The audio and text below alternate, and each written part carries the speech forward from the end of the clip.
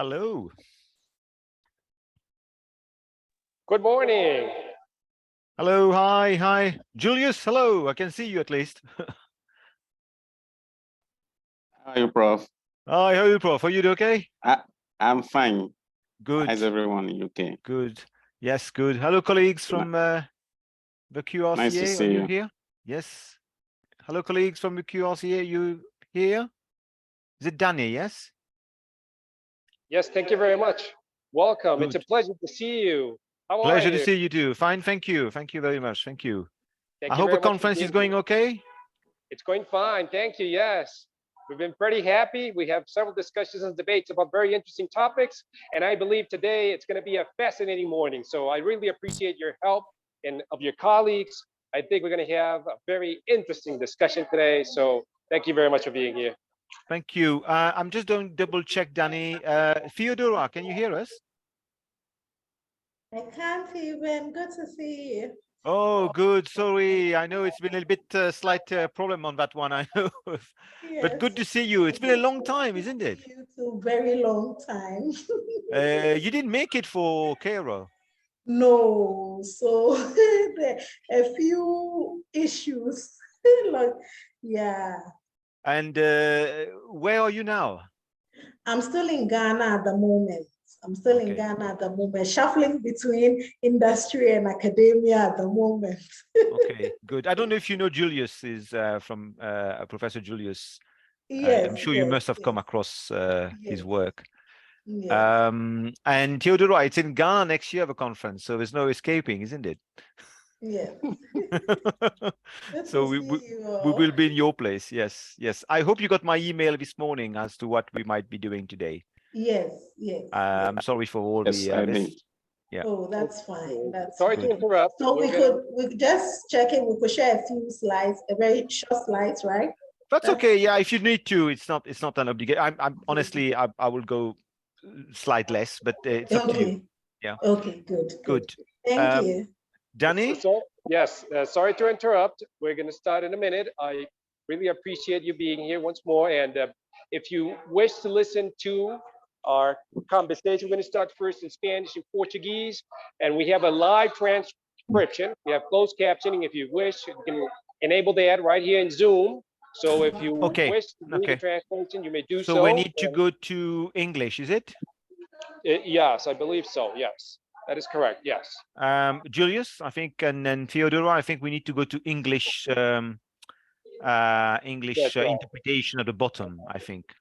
That's right. Yes, that is correct. And after a few introductions and some words from our dean, we will get a chance then to start our panel. Hello, Sedzani. Yeah. Hey. How are you? Good. It's a bit different from the bus on the way to Beni Suef, isn't it? It's slightly different. Yeah, quite. Just a touch. Welcome. I think we need to connect to the interpretation at the bottom, Sedzani. That's right. Yes. We need to click English, where you see interpretation at the bottom on the. I think because we'll be speaking, I think Spanish and Portuguese. Oh, great! I'm on it. Okay. Yeah. So, thank you very much once more. Welcome, and we're going to start right now. Okay. Thank you. Yeah, Sedzani, we'll decide as we decided on the email. Okay, so we're gonna kind of get that going. I'm sure you'll be I'm sure you're fine. I'm sure you'll be fine. Good.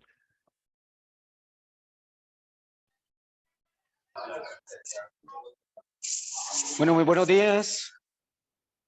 Cordial saludo. Good morning. Bueno, un saludo muy especial a los profesores que nos acompañan, que están conectados, el profesor Olatunde, la profesora Teodora, Sepsani, profesor Samuel y el profesor Teroven. Un saludito también muy especial a los profesores que nos acompañan de Canadá, de Brasil, de Bogotá, y obviamente un saludo especial a nuestros profesores de acá, igualmente de Medellín, que nos acompañan, y de nuestra querida universidad. En nombre de la Facultad de Ciencias Económicas, queremos darles un cordial saludo. Nos complace enormemente tenerlos en este importante espacio. Ustedes saben que nuestra facultad quiere ser un espacio de discusión permanente en todo lo que tiene que ver con nuestros saberes. Nuestra facultad tiene 78 años. Nuestro programa de contaduría este año está celebrando 60 años.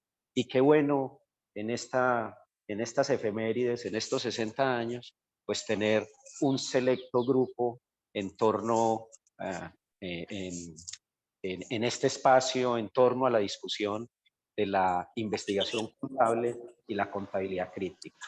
Nosotros queremos y seguiremos fortaleciendo estos espacios para crear comunidad científica, comunidad contable.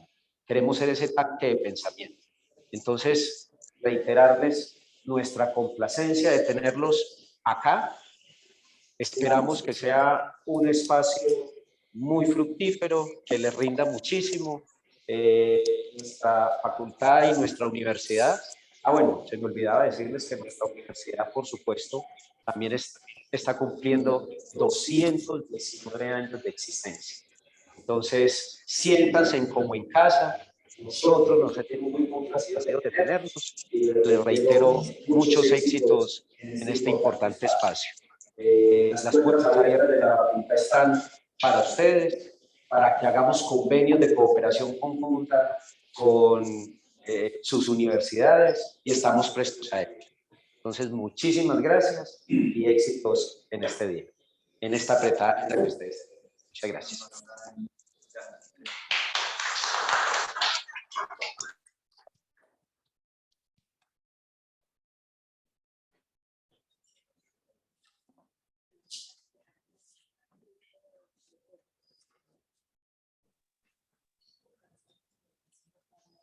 Thank you very much for being here. Good morning.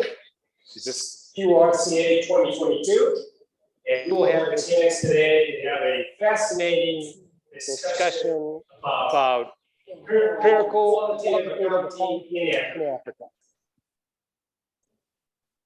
Hoy tenemos un día fascinante.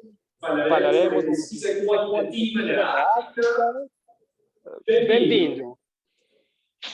So, thank you very much, muchas gracias por estar aquí. Tendremos una jornada fascinante en la que hablaremos sobre investigación cualitativa crítica en África y tendremos la oportunidad de conversar con varios académicos del continente africano que nos compartirán sus experiencias, recomendaciones y sus investigaciones para conocer cómo la crítica se desarrolla en el mundo.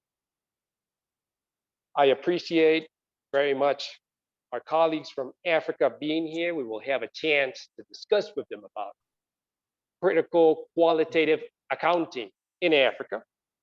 And without doubt, this will be a fascinating topic for today. And I really appreciate you being here and the chance of discussing with our colleagues. We will have Professor Hiroven Sobaru, Professor of Accounting from the Essex Business School of the University of Essex. He is Deputy Dean of Partnerships at the University of Essex. He has been President of the British Accounting and Finance Association and immediate past President of the African Accounting and Finance Association. And his research interests are mainly about social and environmental reporting, corporate governance, non-profit accounting, in developing and emerging countries.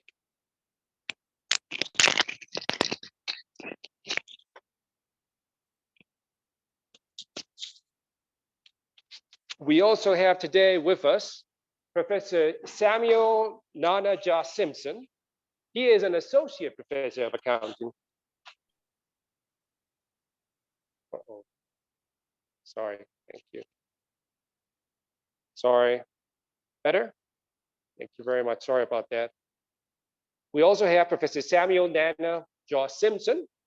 He is an associate professor of accounting, governance, and sustainability and the immediate past head of the Department of Accounting of the University of Ghana Business School. His teaching, research, and consulting interests include public financial management, accounting education, corporate governance, and sustainability reporting and assurance. We also have with us Professor Zedzani Musunwa, Professor of Financial Accounting from the Department of the University of South Africa. Fields of academic interest include accounting education and also access, success, retention of accounting students. We also have with us Theodora Eka Ariaye. Theodora is an accounting researcher at the University of the Ghana Business School. She is keen on coming on a key part of the research community that contributes to the increase in knowledge on accountability issues in the area of climate change and more broadly, the achievement of the Sustainable Development Goals to ensure holistic societal transformation. We appreciate you being here, and we are very glad to share with our colleagues today here in QRCA 2022 and the chance of having this fascinating conversation. Les agradezco a ustedes por estar aquí en QRCA 2022 con la oportunidad de poder discutir sobre este tema fascinante relacionado con la investigación crítica cualitativa en contabilidad en África. So welcome, and without further ado, I will allow then for our colleagues to initiate the conversation, and we will have as a moderator, Professor Yeroven will be moderating in this case, and we will have a chance to listen about this fantastic debate and this fascinating topic. Thank you very much, everyone, for being here. Professor Yeroven, go ahead, sir. Thank you, Ola, everyone. I hope you can hear me, whether it's online or in the room. I'm delighted to be moderating this panel alongside my great colleagues from Africa, and talking about basically experiences from the African research point of view in terms of qualitative research and critical research, accounting research. I will just start by making a sort of broad, given my sort of experience and having been involved with quite a bit of time in research in Africa, in developing economies as well. So I'll just make a brief start. Hopefully I won't be too long, because the main aspect will be our speakers, our panel speakers, who will then talk about their own perspectives and experience in terms of engaging with critical and qualitative research, accounting research in Africa. I'm just going to say the order just for the sake of everyone knowing where we've got about, I would say, 10 minutes each of us to set this. And as Danny and as Hugo has kindly invited us, it's a conversation. So let's hope to have time to actually have an interaction. So it's not meant to be a very detailed, slides and presentations, but rather a conversation. In order, as I've tried to arrange this, is Julius is going to present first, Theodora afterwards, Zedzani after, and finally Simpson, who's joined us as well. So, and I again extend my warm thanks to my colleagues here for joining us at these different times, whatever. I don't know what time it is anymore where we are and what time is in Latin America. So thank you very much. Right. So very briefly, I think I wanted to start by saying, from my sort of perspective of, it's been 11 years, I would say roughly from my perspective, having been involved. I'm from Mauritius, but and then getting involved very much with the African Accounting and Finance Association, where I think everything, in a sense, not everything started there, of course, but a lot of the stuff we started discussing around critical and qualitative accounting research, a beginning of a discussions, really, of a serious discussion started off. Although Julius is probably has a lot more, I think, years of experience than us here, because he's obviously been worked on the criticality and aspects of accounting research. It's really from the African Accounting and Finance Association that I could see a lot more interest and potential within examining accounting in how it operates to start off, rather than looking at accounting in a much more starting with baby steps, really looking much more as to what accounting is, what is happening on the ground, what is happening in the field, as opposed to simply saying this is what accounting should be because the US or UK textbooks are saying this is what it should like. So I think it should be like. So I think there's been a lot of movement from that process, if you want, of challenging or at least challenging current thinking, functionalist thinking, and moving towards an interpretive thinking of what is going on. And obviously now, a strong focus on the critical aspects of accounting, particularly as given the challenges that we know exist in developing countries in general, but also in the global south in general, but also in Africa in particular. And I think I'm not trying to sort of generalize things, but Julius has spoken a lot and written a lot about corruption and the corrupt practices and accounting within that. But he's not only that. Sedzani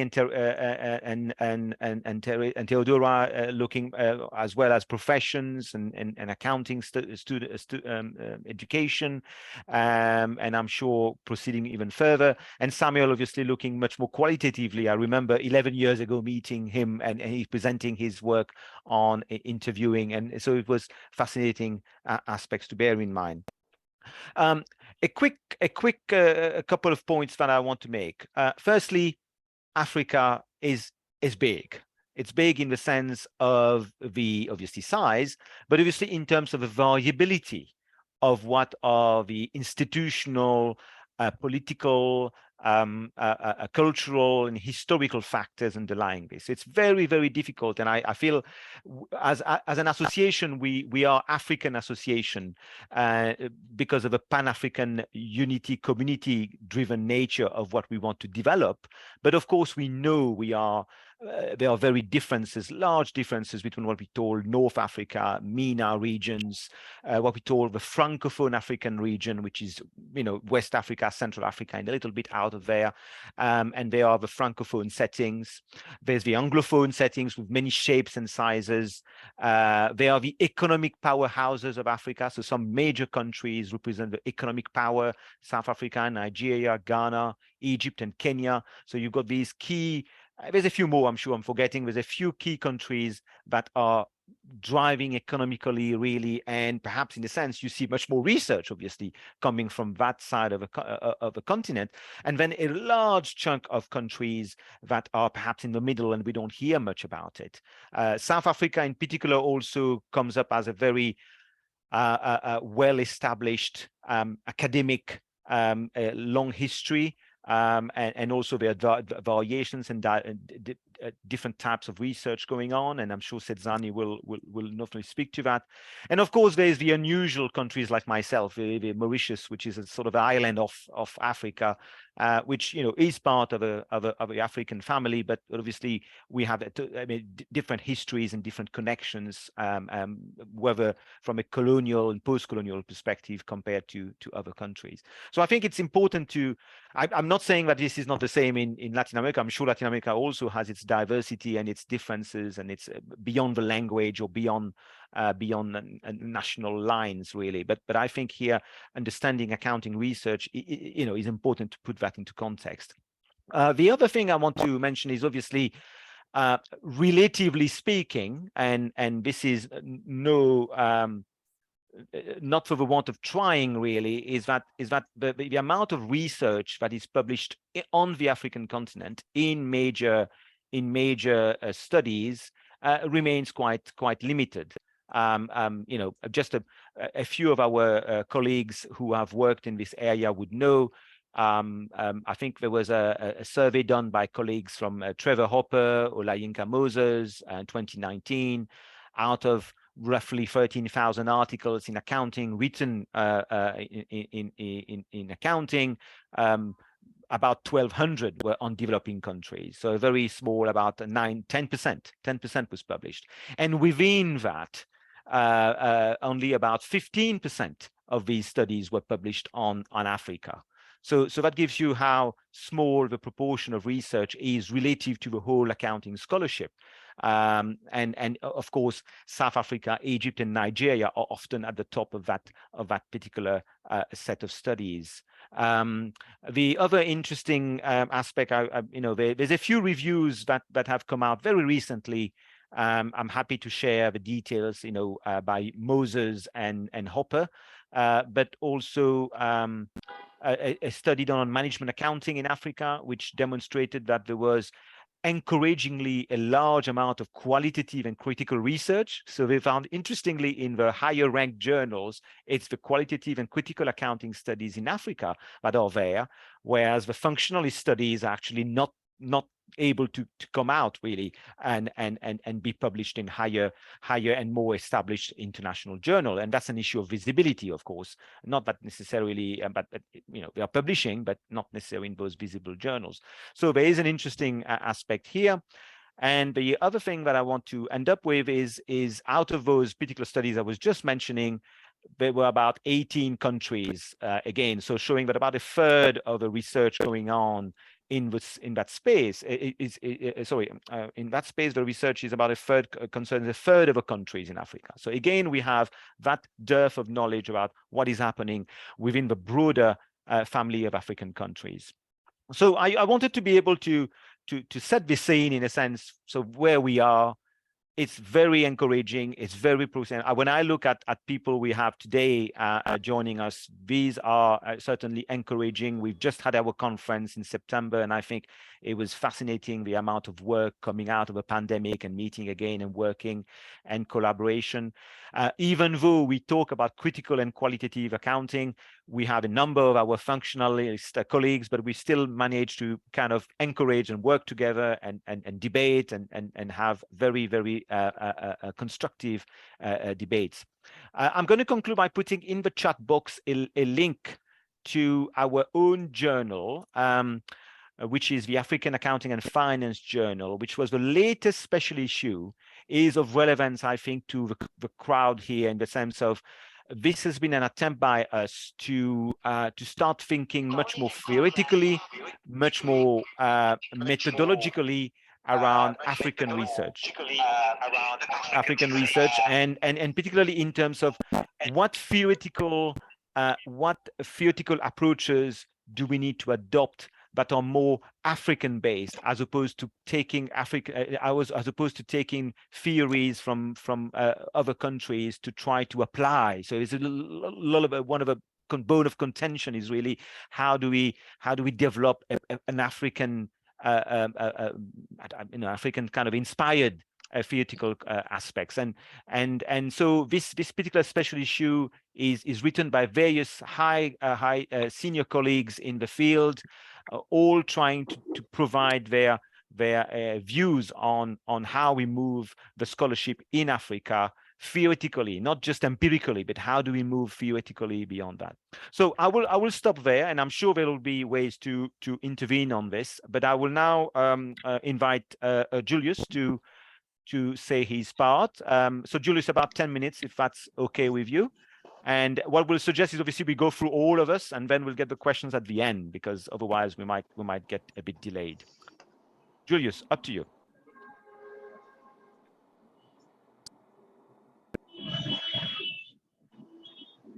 Julius, can you hear? Oh, okay. Yes, please.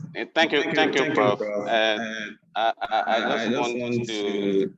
You might want to mute one of your screen, because you're on two accounts. So if you mute one, Julius, just one of them, not the phone, but the computer, I think it might be better for the voice.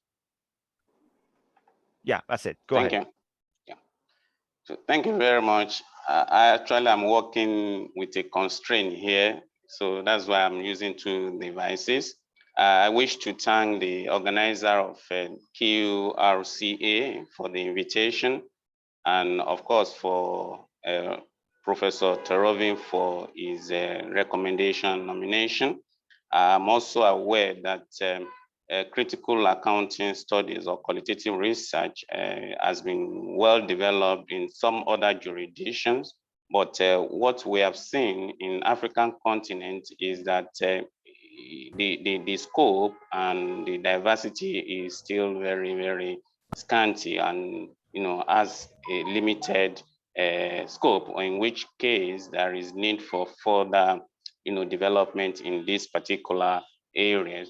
So I'll be speaking from my own perspective, from the experience I've gathered in the last few years of engaging qualitative and critical accounting research. I will start by saying that I came back to Africa from Western orientation of having the field of looking at accounting issue from from more broader perspective, that is from critical lens, trying to understand why certain things are done in a particular way using theoretical lenses, and at the same time methodologically trying to position African studies within that particular perspective. But within that particular framing, I discovered that there were a lot of challenges along the line, starting from institutional barrier, trying to gain access to break the mainstream accounting research that was in existence prior to that particular time. And then in addition to that too, there is this issue that revolves around inability or institutional acceptance of critical accounting studies, because if you are coming from that particular background, in line with the existing mainstream accounting research, then there is need for you to back up your research so that people around you will appreciate and understand the type of research that you are doing. So there was that institutional resistance at the beginning, framing critical accounting research as storytelling research because of their limited understanding, and also the problem of also tagging it as non-empirical research. Of course, that there is need for more broader knowledge in that area for them to really appreciate, what critical accounting studies are all about. And then, in addition, there were huge challenges of collecting data. Data collections are always problematic. Having problems negotiating to interview some powerful individuals in the societies, and then the problem associated with volunteering to speak on some political or economic issues because of the power play between those individuals concerned. So, and in a broader sense also, institutional support has not been so favorable to critical accounting research because of limited funding for conferences, access to databases, and relevant international journals that could,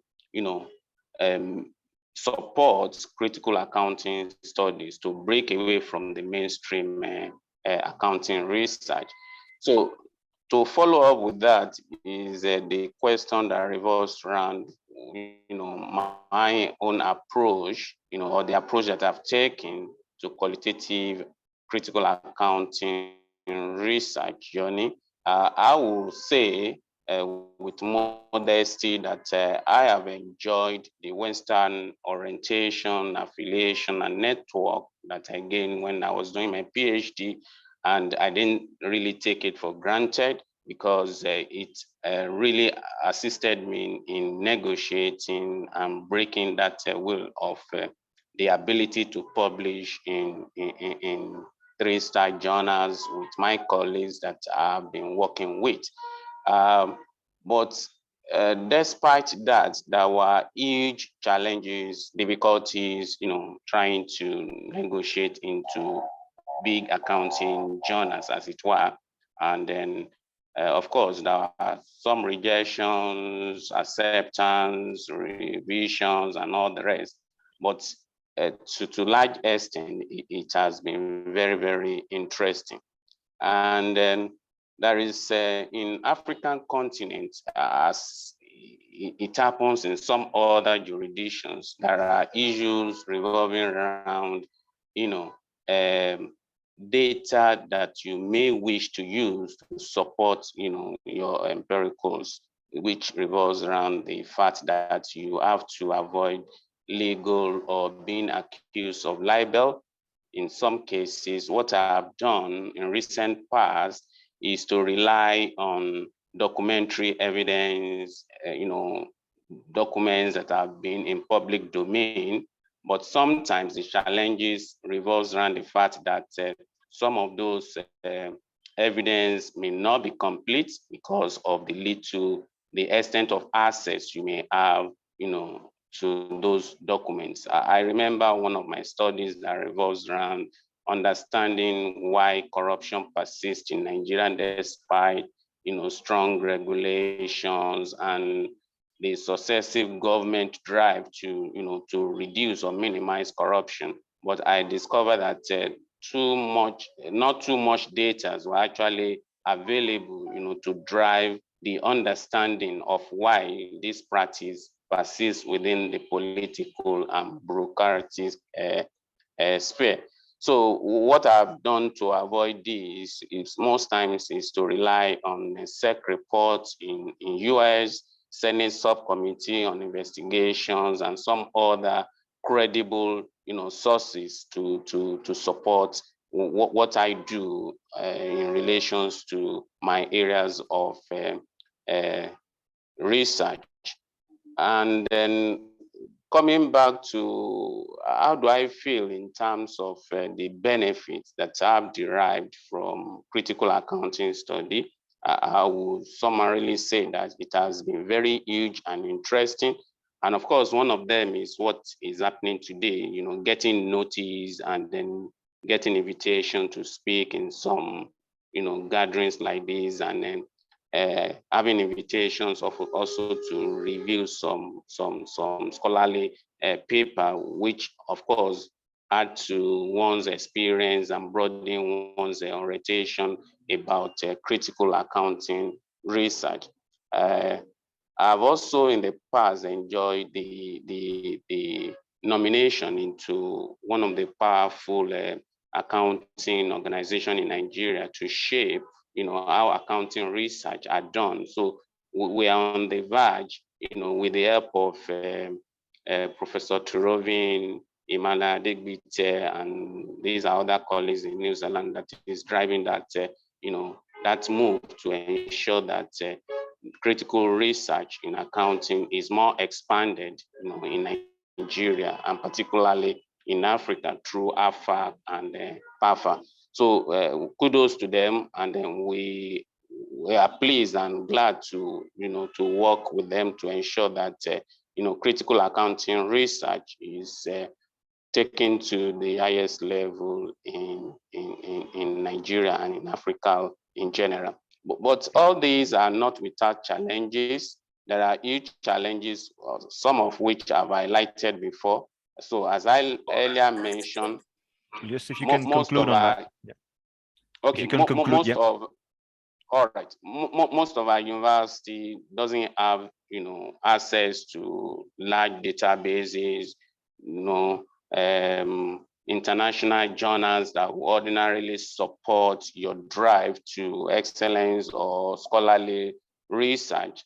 And then, like I said, also inadequate funding for attending conferences. Like in my own institution, is like 1 in 3 years. So which means you have to wait for another 3 years before you can get funded for conferences. And this is, could bring about a step back in your admiration and then push to reach your heights. And the other one, like I said before, tagging qualitative and critical accounting research as storytelling. I remember the first paper I submitted to a local journal after returning from a PhD was that I was only telling stories, without the real understanding of how the paper engages with theories and also with a valid empirical evidence to drive it. So there is also the huge concern of breaking away from the institutional dynamics of the mainstream accounting traditions, and then perhaps building research mindset and orientation of our colleagues towards qualitative critical accounting research, to some extent may be very, very problematic.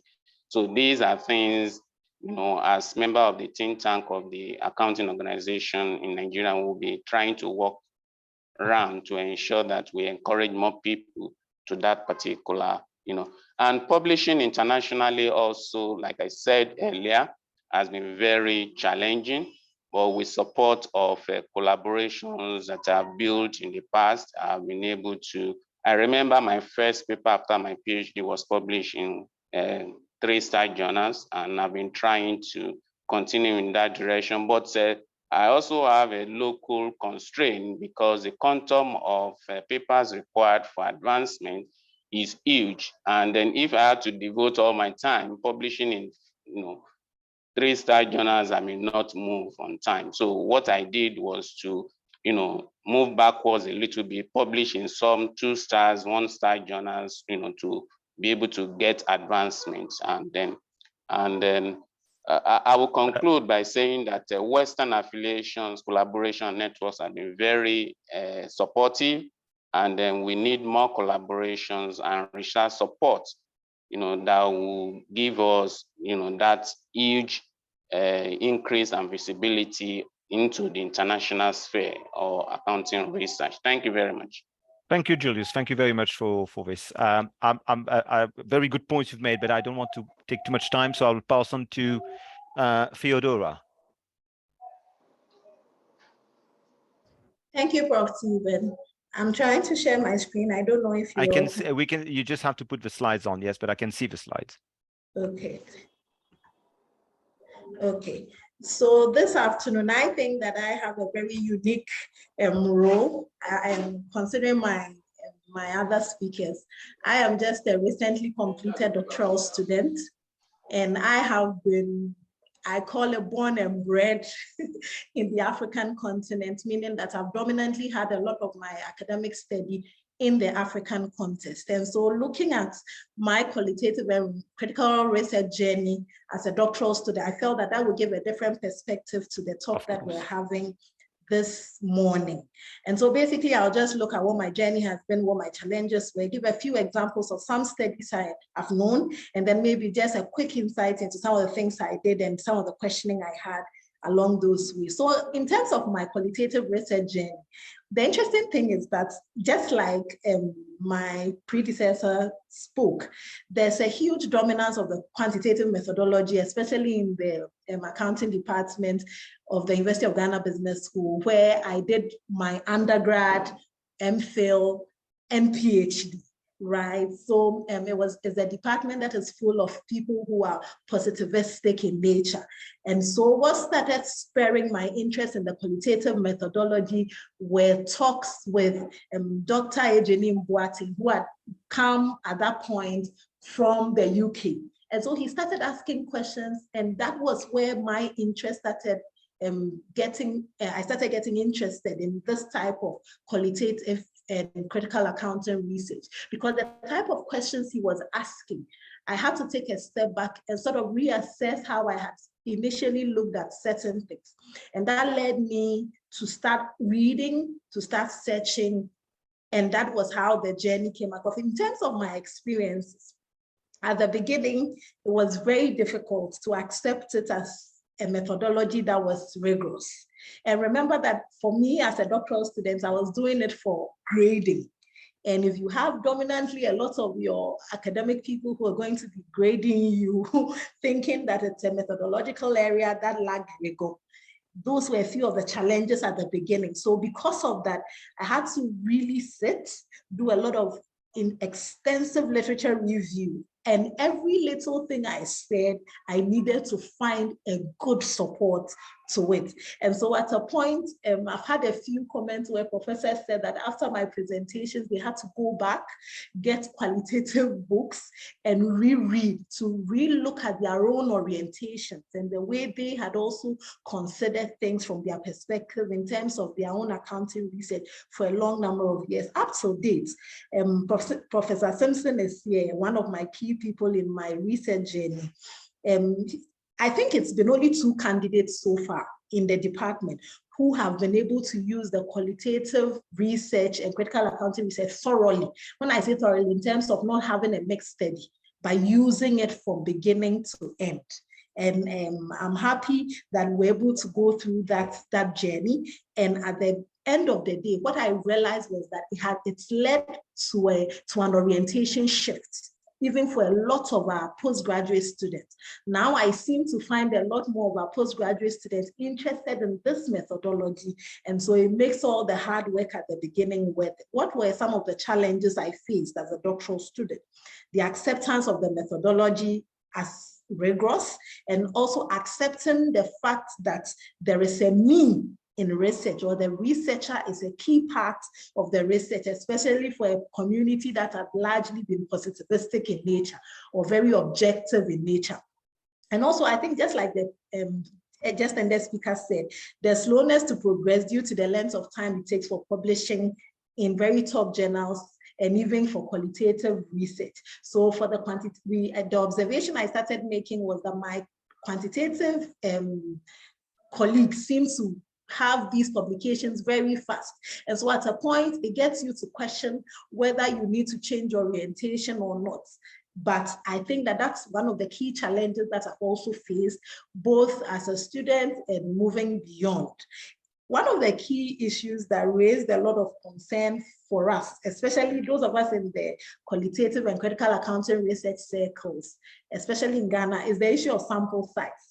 Right? And so because of the objective nature of the community and the context we find ourselves, anytime there's a presentation of research and there are issues on sample size, it's something as small as this tends to bring out a lot of debate, especially on the issue of the point of saturation, right? So these were a few of the challenges I have, but ultimately I think that up to this point, I started my PhD journey around 2016. Ultimately, the goal of the few of us who have been in this area was to move that agenda, that there's the need to empower the research participants, that their views also matter in the context in which they live, right? And that some of the things we're reading about, there were certain unique contractual and contextual differences that is only the qualitative and the critical accounting research can draw out.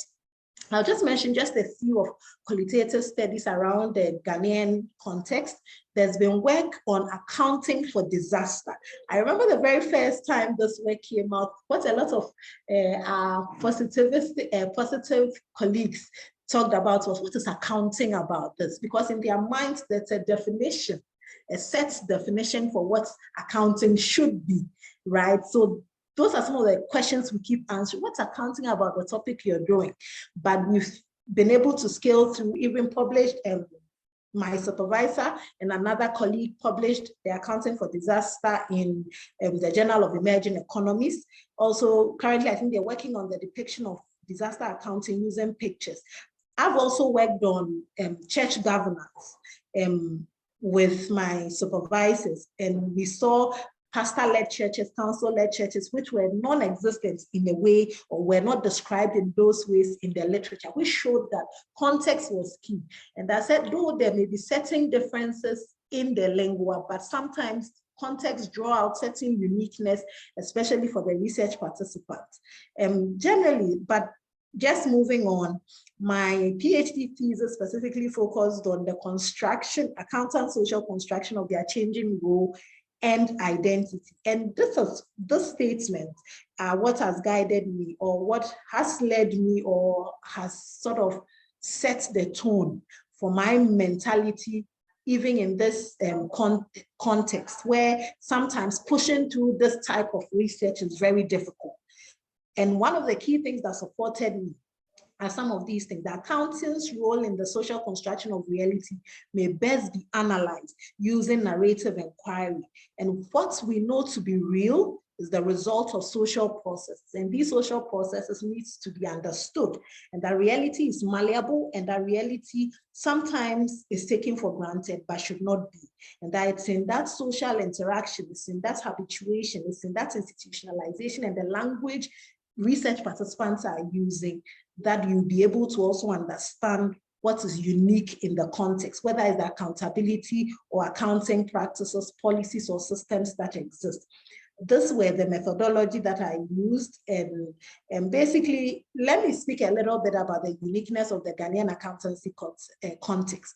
So there are multiple training and certification organizations. So we have, aside the national body, we also have other international ones like the ACCA, that also train or certifies accountants in Ghana. However, we have the National Accountancy Body that is backed by the Act of Parliament, but there's no strict requirement on who can practice in the role of the accountant.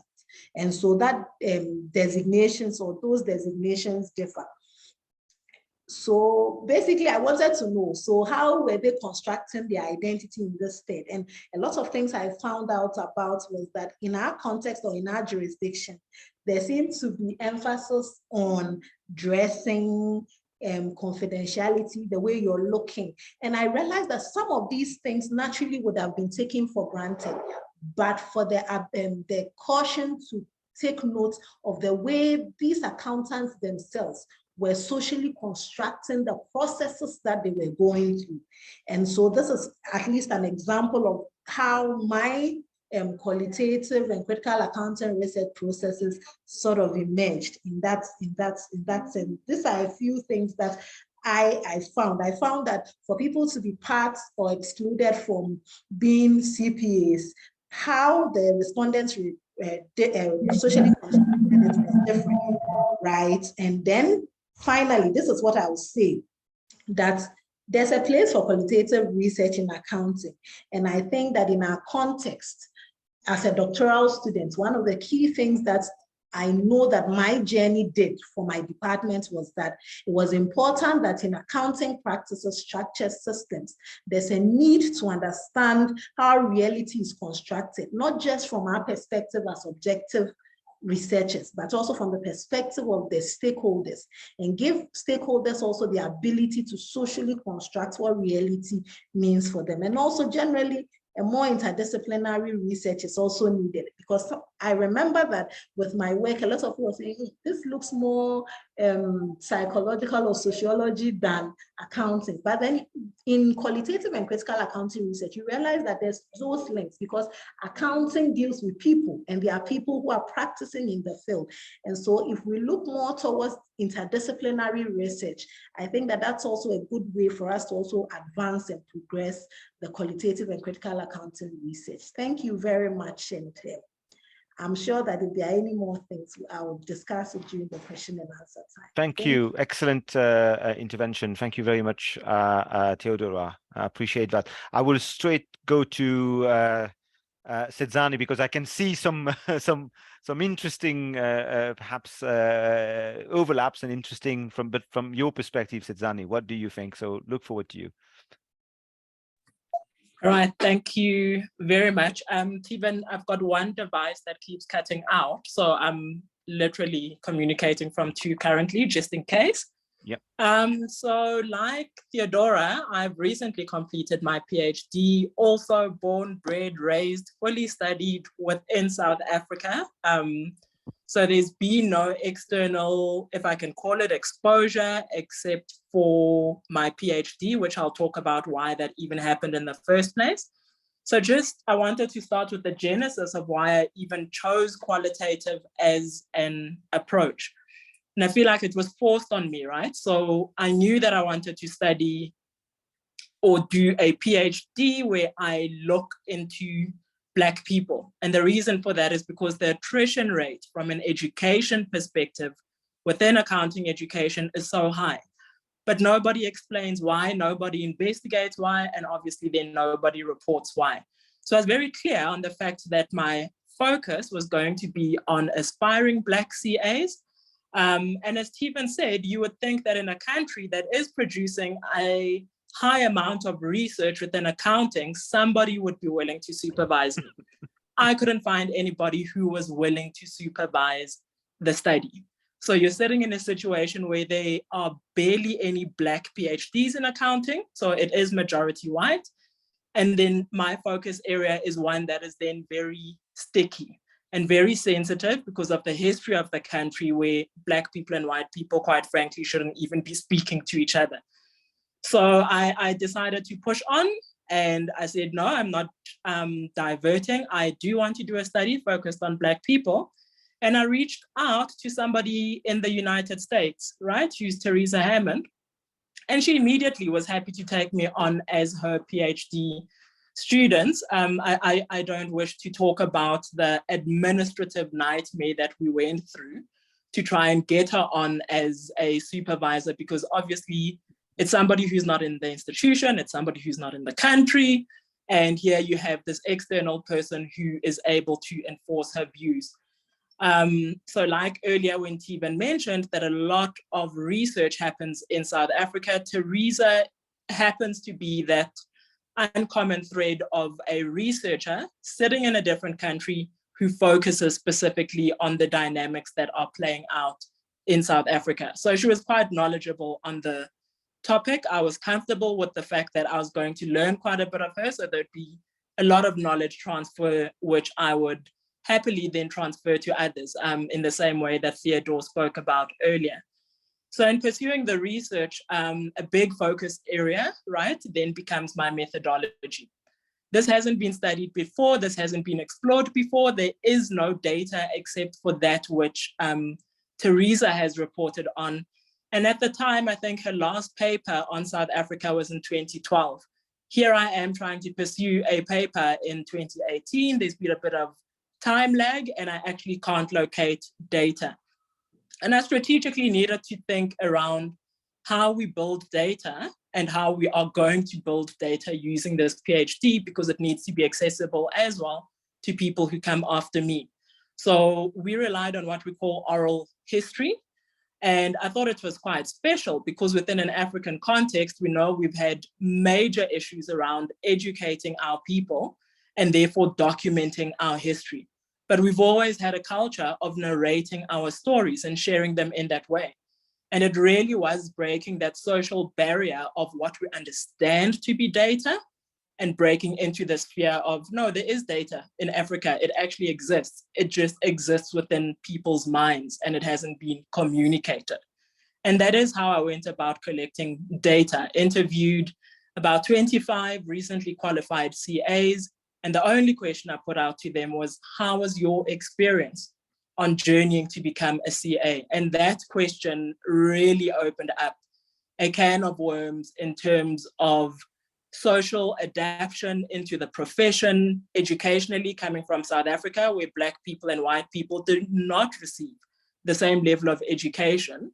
And yet here you are expected to perform at the elite level of those who've received the education from a preschool level already. So the social closure came in, the professional closure came in, the spatial segregation suddenly also becomes quite obvious when you try and locate where the firms are sitting, major metropoles in the country, but majority of Black people are not sitting in those metropoles. So even trying to pursue the qualification becomes geographically impossible. And of course, there were a lot more findings, which I won't be able to speak to all of them. But what I'm trying to highlight is, unless those personal narrations had been given to me, there would have been no way of trying to piece together how a Black person actually journeys to becoming a chartered accountant in South Africa. In trying to extend it beyond Africa, right? So this extends data doesn't just apply to South Africa. I feel like it really applies to majority of the continent, even though we have, as Steven said, the big economies that are publishing here and there. We don't, or we do at a very limited level, have some stories published on how people are attaining certification as accountants on the continent. But the scantiness of that information makes it so difficult to contextualize the study. And that's where I really struggled. So all the information I could get in terms of qualitative research was comparisons to the UK, comparisons to Canada, comparisons to the US. But in trying to compare to what was happening within the African continent, except for 2 or 3 researchers, I really, really struggle to get that data. So it's the contextualization that becomes stunted, but also obviously then your comparison, right? So the quants people find it a bit easier to run regressions, do comparisons between countries from a qualitative perspective, because we're limited in terms of the data that we're producing and the availability of that data. It really was a major challenge to even try and compare that. So what do I think is the benefit of the way in which I pursued my PhD? And I've alluded to it already. It creates a stepping stone for the next sets of research that will come from this, not just in terms of myself, but in terms of all other people who are interested in pursuing qualitative or following a qualitative approach. In terms of benefits for the continent, which I think is quite special, we can start building continental archives of our continent and that history. We know the colonial history. We know where we're coming from as a continent. And as a layer to that, you have a profession where you can start building archives of why the profession looks the way it does, and possibly why we have so many Africans pursuing their studies overseas, etc. We tend to know that, but we don't understand, or we can't relate to the stories that underpin that. And then just in closing, in terms of my experience of publishing in international journals, I mentioned that I was supervised by one of the leading authors, possibly in the world, not just in the US. And so co-publishing with her has been an avenue that's opened that door for me. I still have a level of doubt of when I start publishing alone, how seamless is that experience going to be? And so maybe next year, this time, right, I'll be able to give a different report on that. Thank you, Tivan. Thank you. Thank you, Satani. Thank you. I don't know how you managed, but you managed to do it in 10 minutes. You managed to get this across. I'm not sure again, but very, very well done. Thank you very much. Let me pass on to our last intervening person here today, is Simpson. Can you hear us, Simpson? Yes, I can hear you, and I hope you can all hear me. Yeah, I can hear you. We can't see you. Is it a problem with your video? Is it? Not really. Let me see if you could.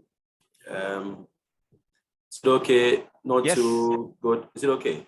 Yeah, yeah. If it's okay, All thank you. right. Go ahead. All right. Okay. Thank you, and good afternoon from Ghana. And I don't know how I should greet you in the other parts of the world. I might say that I'm also excited to contribute to this meaningful exercise. Let me say that some of the things shared by Julius are quite similar as far as Ghana is concerned. I must say that I was also, should I say by orientation, I was doing my management science quantitative stuff, okay, till I got to UK to do my PhD, and I kind of fell in love with qualitative research. And since then, we have been working on that, along the line. Let me say that, yes, we have made some strides, and I associate with some of the comments that, Tivan shared, that even though we are working using data from the African continents, I believe that comparatively, we perhaps have a lot more to do. And the challenges, let me start perhaps with the challenges, because again, the way people accept qualitative research here in Ghana it's actually problematic. I must say that we are currently in my department, for instance, we are currently about 14. And out of these 14, I dare say only 3 have that kind of, qualitative orientation. The rest are all quantitative. You wonder, there were others too that, began more or less like, having soft spots for quality, but they have to abandon quality along the line. And what I have done personally is to engage them, kind of interview them, why they move. And like other colleagues indicated, look, getting data is challenging. Getting one paper into a good journal is really challenging. And I want to be promoted. So why not? Let me get to an area where I could possibly, produce papers and get promoted. Until recently, in fact, I humbly say that until recently, all our professors we have in the department, we're all quantity orientation.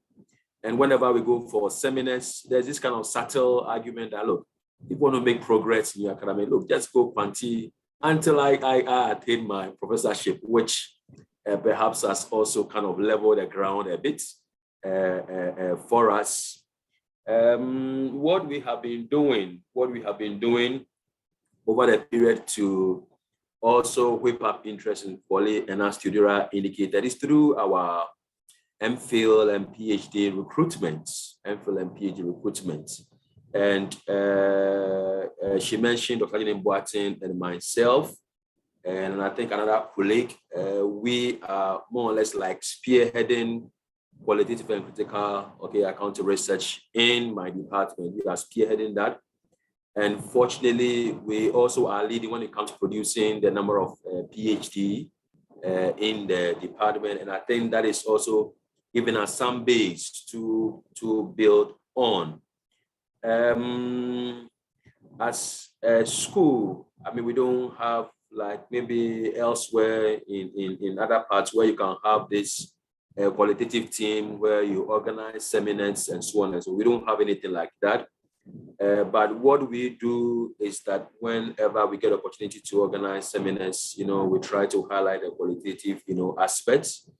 We do also try to invite some of our colleagues, outside. For instance, one time we got Professor Gloria Ajiman, coming all the way to her story, her perspective.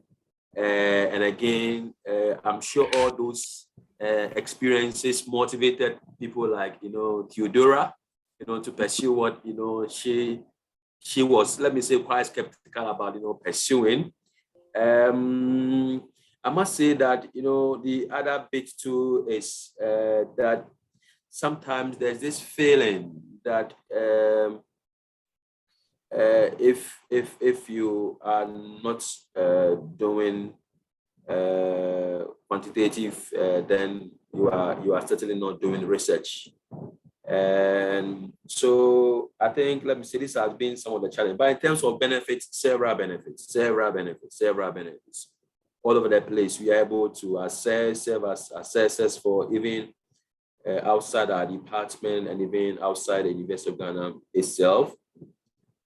We've also managed to enter some wonderful outlets like Accounting Forum, been able to publish the Accounting Forum. Some of our colleagues been able to do in AAAJ, the Journal of Accounting and Emerging, and some of the multidisciplinary journals, like the Social Responsibility Journals, the Journal of Global Responsibility, and so on and so forth.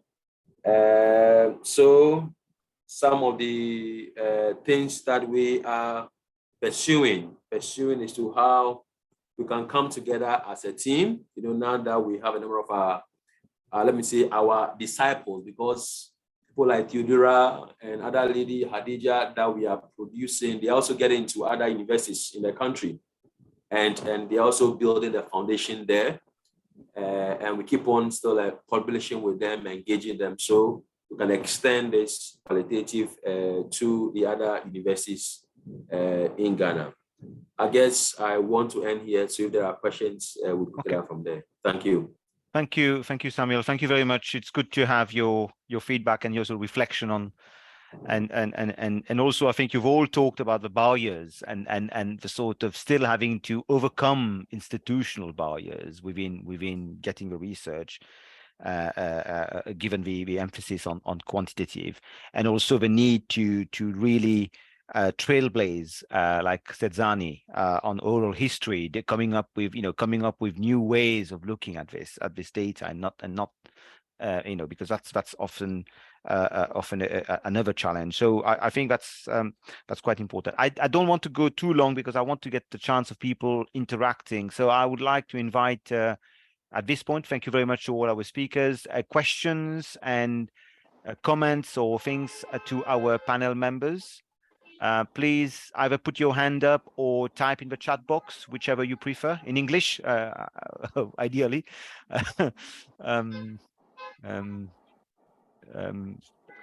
Any comments or questions, please?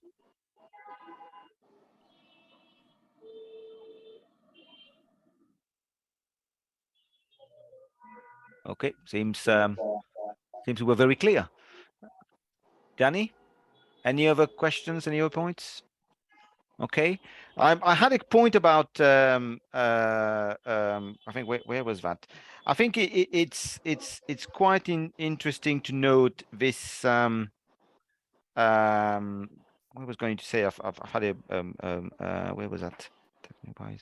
It's really the point that Sedzani said, that South Africa has one of the highest research outputs, but somehow it's not easy to get a supervisor, or somehow it's not easy to allow. I mean, do you think, Sedzani, is it qualitative research more generally, or you think it's because the topic is still sort of not seen as a topic that is opening up the deep wounds of racism and everything in South Africa? Okay, so it's both, Stephen.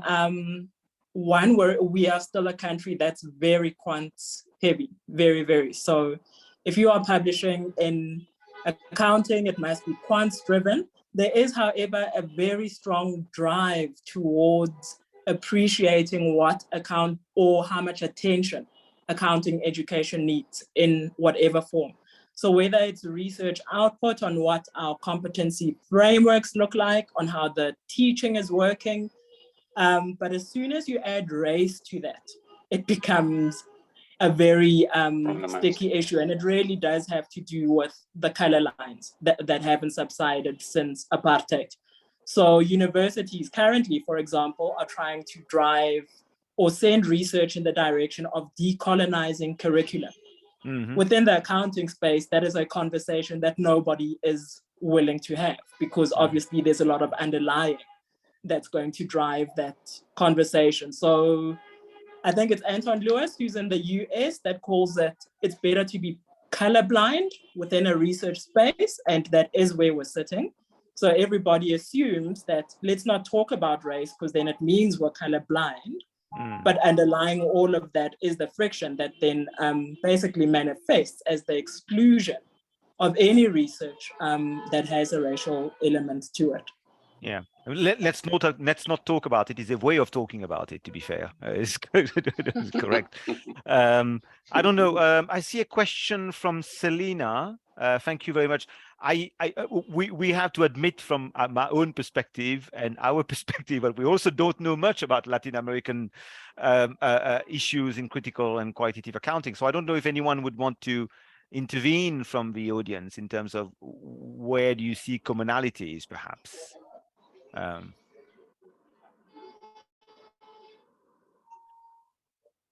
Hi, everybody.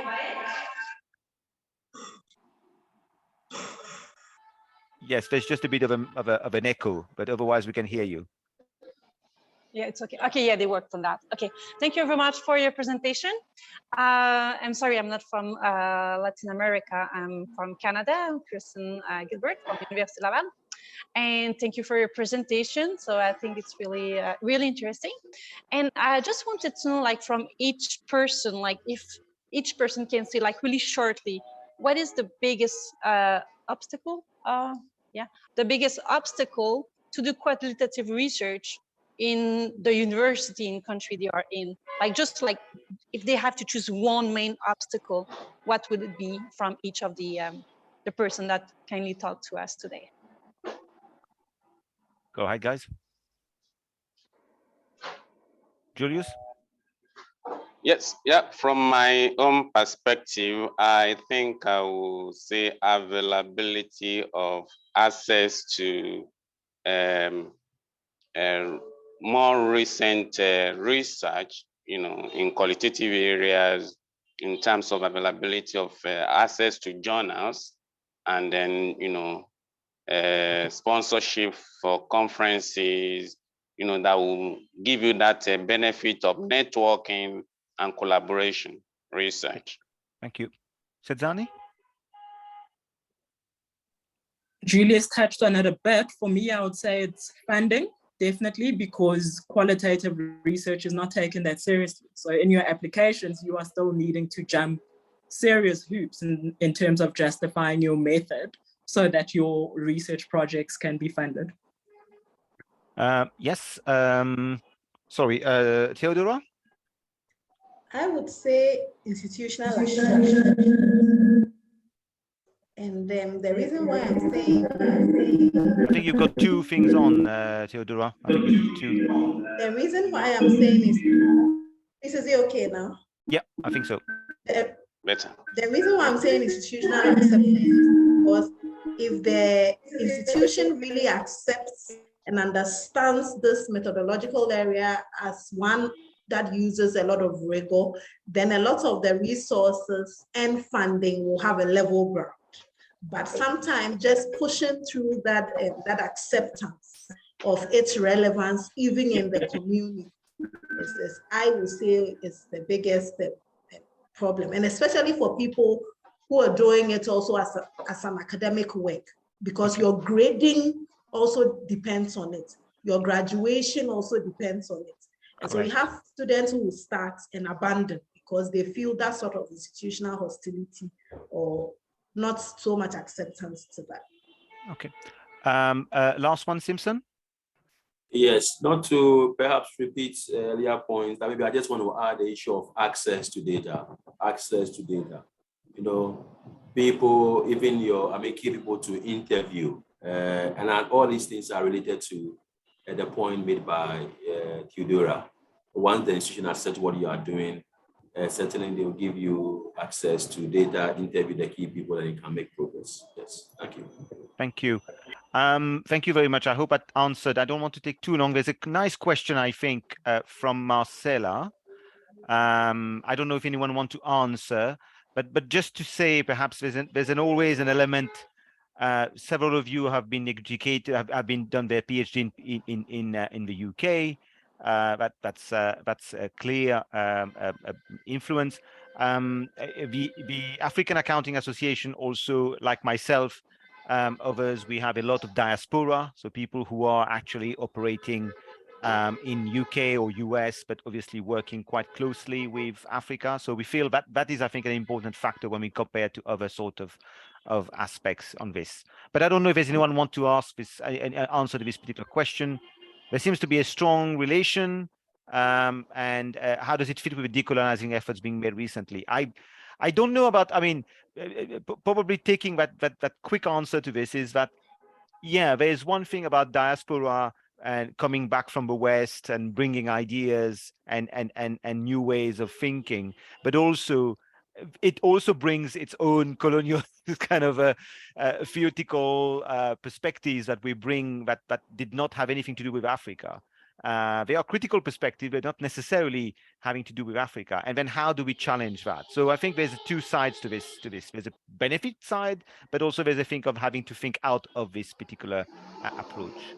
I think I'm going to stop because I can see Hugo saying we have to stop, I think, in a very in his text. So I just want to then say perhaps thank you again to Sedzani, Julius, Simpson, and Theodora.